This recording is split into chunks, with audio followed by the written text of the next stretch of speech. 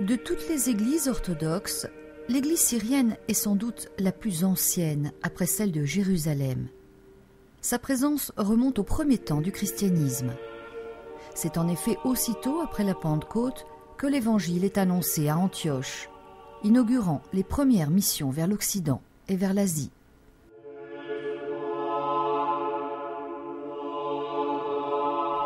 L'église syrienne orthodoxe est rapidement élevée au rang de patriarcat, mais le vaste territoire dépendant de sa juridiction diminue par la suite. Le patriarcat de Constantinople lui soustrait une partie de ses provinces. D'autres se déclarent autonomes, comme la Perse en 410, Chypre en 431 et Jérusalem en 451, date du concile de Chalcédoine qui provoque une scission encore plus radicale. Le dogme christologique des deux natures est de fait très contesté en Orient. Le patriarche d'Antioche se déclare résolument monophysite, une seule nature dans le Christ. On tente de l'évincer, mais en vain. Chalcédoniens et non-chalcédoniens s'affrontent durement. Les non-chalcédoniens, hostiles à la domination de Byzance, favorisent au 7e siècle l'entrée victorieuse des Arabes musulmans en Syrie. Ces derniers ne respectent que partiellement les libertés promises aux chrétiens. Mais dans l'ensemble, les Chalcédoniens ont la vie plus facile que les autres.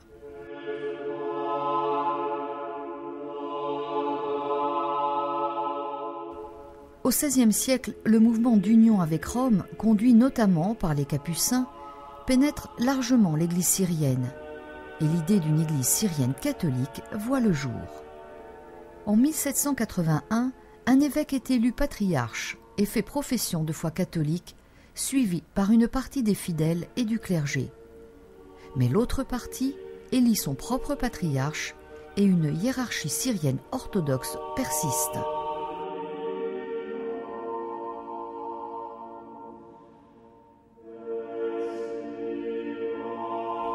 Liées à l'histoire complexe du patriarcat d'Antioche, deux autres communautés de rites syriens sont à signaler.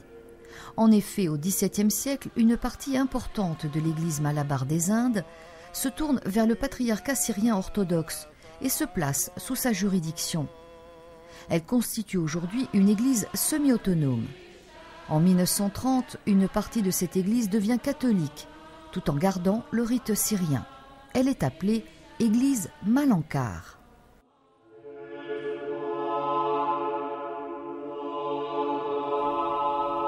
Le patriarche de l'église syrienne réside à Damas, en Syrie.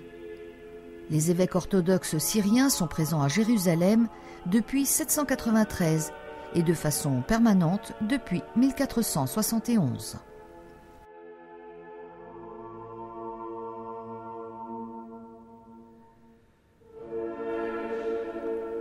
Aujourd'hui, la communauté syrienne orthodoxe en Terre Sainte est peu nombreuse. Elle compte 1500 fidèles concentrés dans la région de Bethléem et de Jérusalem. L'archevêque réside à Jérusalem, au monastère de Saint-Marc. Les Syriens orthodoxes ont un droit dans l'église du Saint-Sépulcre et disposent d'une chapelle où chaque dimanche, aux aurores, ils célèbrent la liturgie. Le rite syrien est pratiqué en langue syriaque et les lectures sont faites dans la langue locale. La principale prière eucharistique est l'anaphore dite de Saint-Jacques. La liturgie de la messe comprend 3 parties appelées respectivement le sacrifice de Melchisédek, le sacrifice d'Aaron et le sacrifice de Jésus-Christ. De nombreuses prières sont issues de la tradition juive et témoignent que l'Église syriaque est en partie héritière des communautés judéo-chrétiennes. La situation politique et économique pèse lourdement sur cette petite communauté et son développement. Néanmoins, l'Église orthodoxe syrienne fait preuve d'un dynamisme étonnant. Capable de faire face aux problèmes d'aujourd'hui, elle tente d'assurer son avenir en Terre Sainte.